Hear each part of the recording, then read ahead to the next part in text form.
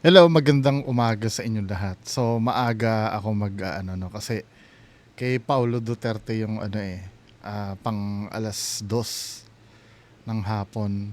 Isingit ko lang to kasi natatawa ako dito sa FB page ni Senator JB Ejercito, 'di ba? May mga chismis kasing kumakalat na ah na di umano daw di umano'y babae niya daw si Yana. 'Di ba? Kasi nagbabasa ako ng comments eh. Ang reason kung ba't ko pinuntahan, gusto kong tingnan ano, ah gusto kong tingnan yung show cause order ng LTO. So ito 'yun, no. So dito tiningnan ko 90 days pa lang suspended yung license niya, no. Ang full name niya Aliana Marie A. Aguinaldo. So nakalagay dito, naka-alarma siya, tapos 90 days yung suspension, so 3 buwan, no? You are hereby directed to surrender your driver's license upon receipt of this SCO. Nako. Pero damay kaya yung si Boss Carl kasi 'di ba motor niya yung ginamit. Tingnan natin, no. Well, ang issue nakikita ko dito, sumasagot siya sa mga bashers, 'di ba? Sabi ganun, biruin mo Senator JB the good one ka, tapos yung nakasama mo bad one. Sheesh. Ay, kasama po ba ako sa ride o sa video? Hindi, dahil lang sa isang picture. Ang sipag niyang magsagot ng mga no, ng mga basher. Tapos dito, babawi kami sa 2028 kapag hindi na revoke lisensya ng kaibigan mong Yana. Paano ko naging kasalanan ang kagagawa ng ibang tao? Tingnan nga natin yung mga nakakatawa eh.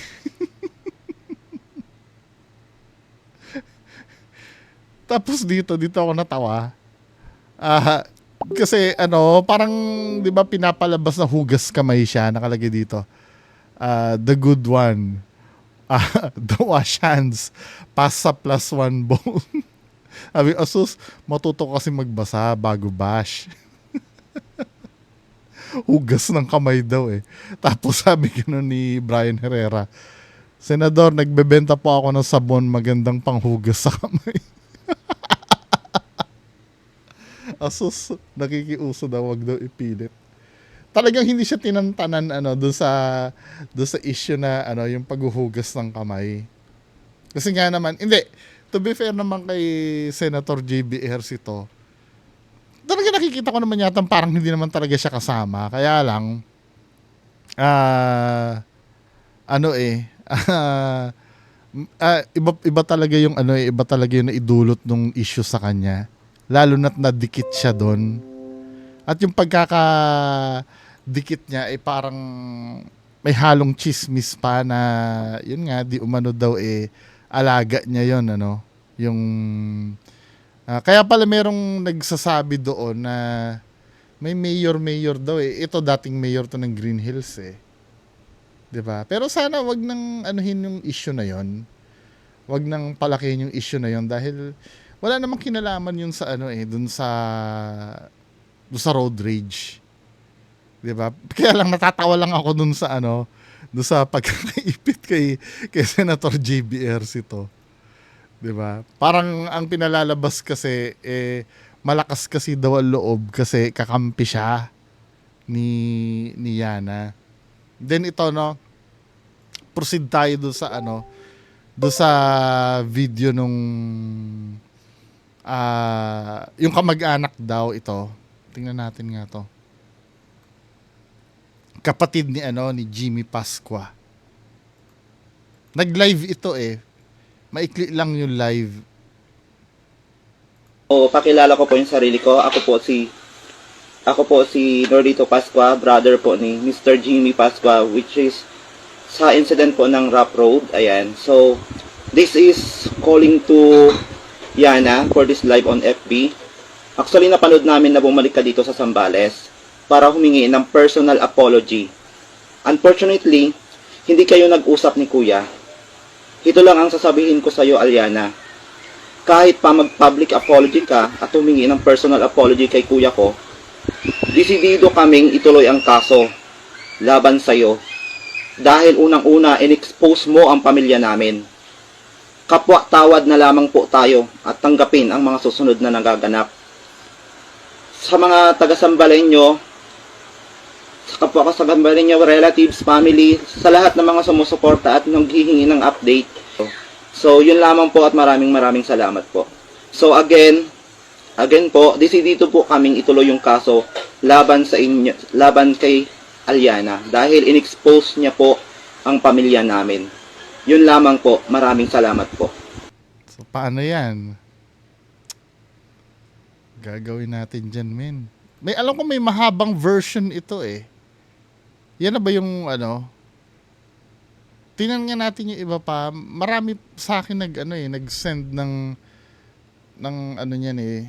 Pumutok nga, kaya nga napa-vlog ako ng ganito kaaga kasi nga pumutok sa ano ko yan sa inbox ko. May mahabang version nito eh. Pero to make the long story short, yari, 'di ba? Kaya nga uulitin ko, may mga tumutuloy, sinabi kong ganun. Yung pangyayari kasi, wala naman talagang kwenta yon. Well, may kumukontra sa akin, sinasabing ganun hindi may kwenta yon paano ko nabaril siya. Hindi kasi nabuo na kasi yung pangyayari eh. Yung altercation kasi na yon, yung kaganapan na yon ay hindi na bago yon. Nangyayari yon na may magmurahan, may ang nangyari pa nga humiwalay naman sila ng hindi ko masasabi maayos pero naghiwalay sila ng walang kaguluhang nangyari. Yung nagsagutan lang, nagmurahan lang. Feeling ko willing kalimutan yun ni Mang Jimmy eh. Parang another day at the office lang naman yung nangyari. Parang nangyayari talaga yun. Ang problema kasi, 'di ba? In-upload pa sa social media. Yung pagkakapahiya ni Mang Jimmy ay napanood ng buong Pilipinas kung paano siya walang hiyain. 'Di ba? Kung paano siya maliitin. Kung paano siya pagmukaing under nung dayuhan sa lugar nila. Yun kasi yung issue doon. 'Di ba? Para bang hindi ka ba gumagamit ng utak mo? Parang ganun ang dating na parang ang tanga-tanga ni Mang Jimmy, 'di ba? Yun ang pinalabas kasi doon sa video. Na kung tutuusin, kapag sinabi kong walang kwenta yung pangyayari, wala talagang kwenta dahil may nag-aaway talagang ganon. At pag natapos na yung pag-aaway, makakalimutan na yun eh. 'Di ba? Na-immortalize lang kasi nung na-upload sa social media. Naaalala niyo yung kaso ni Will Smith tsaka Chris Tucker, yung sinampal niya sa Oscars. Naalala niyo yun? Kung tutuusin, wala ring kwenta yun eh. Yung pagjo-joke ni Chris Tucker do sa asawa ni Will Smith. Sabihin na natin na offensive, no? Pero 4 or 5 minutes after nun, makakalimutan na yung joke na yun eh. Yung ginawa ni Will Smith kasi, sinampal niya. Na-immortalize tuloy yung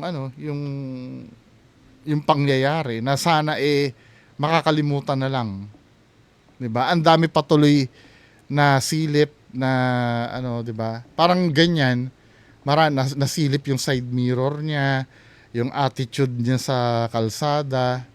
Siguro God's will na rin na mangyari yan para talagang mabigyan siya leksyon, dahil kung hindi siya bibigyan ng leksyon na ganyan, feeling niya tama lang yung ganyan, madaling lusutan, 'di ba? Yan ang ano. Kasi naging culture na natin na alam mo yung naging standard dito ng pagiging rider. Yung parang ah yung pag-handle sa daan nasusukat na ng paangasan eh. Kailangan para bang ang naging culture sa atin dito, kailangan maging maangas ka.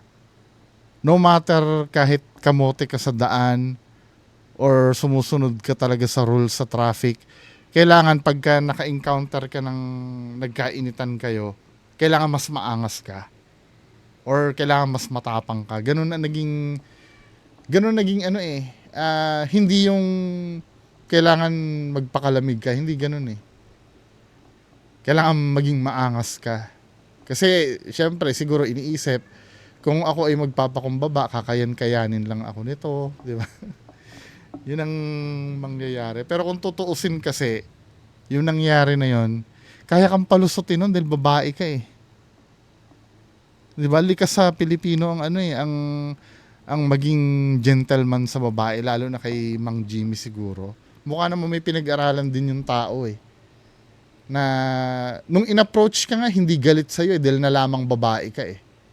Pero siguro kung lalaki ka nun, in-approach ka, medyo maangas din siguro si Mang Jimmy sa'yo.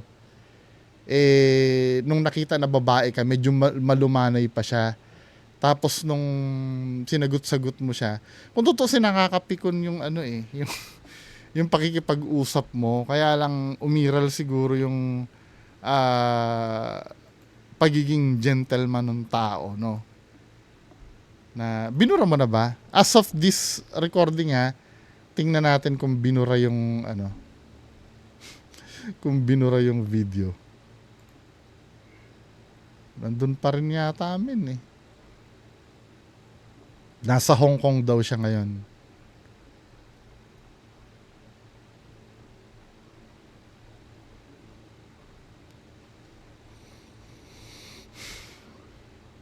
Tingnan natin.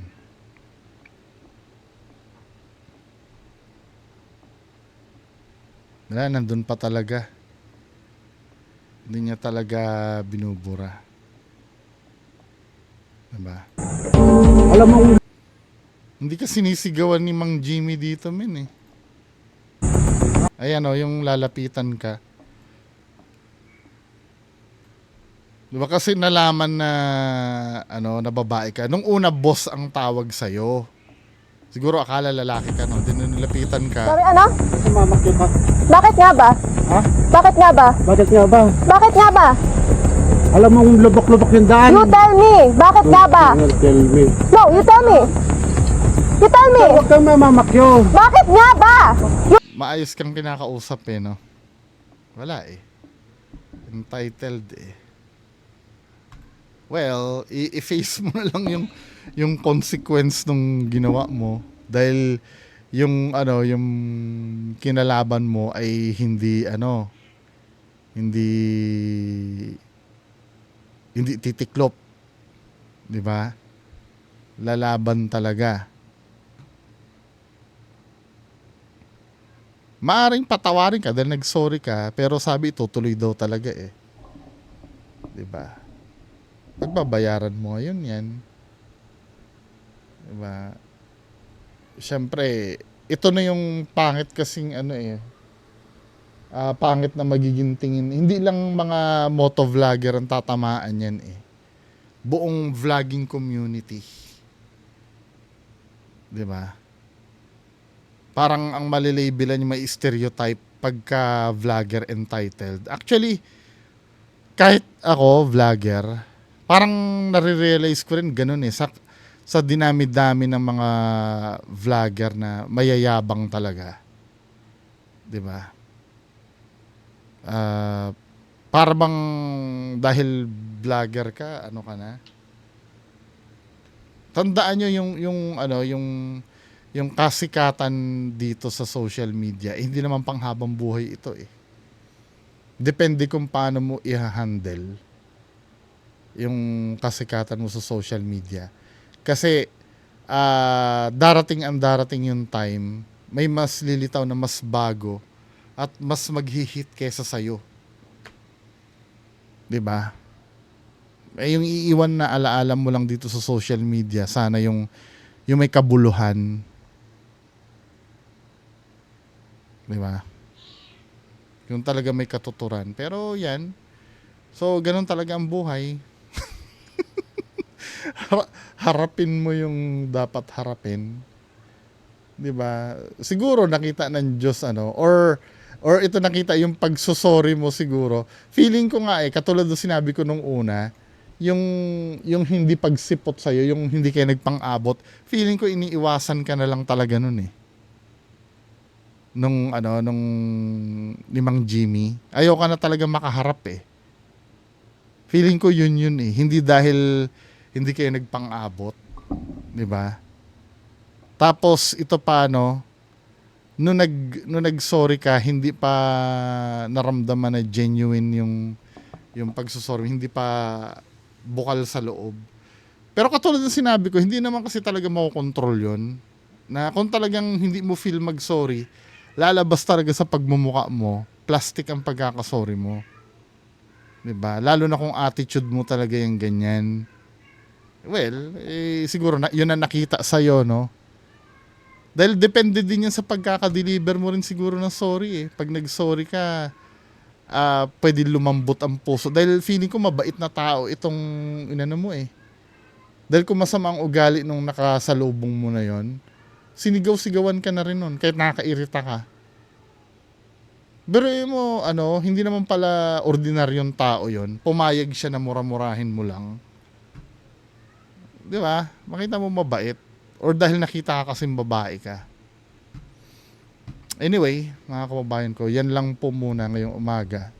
Kita-kits mamayang 2:00. Magandang araw po. Bye-bye.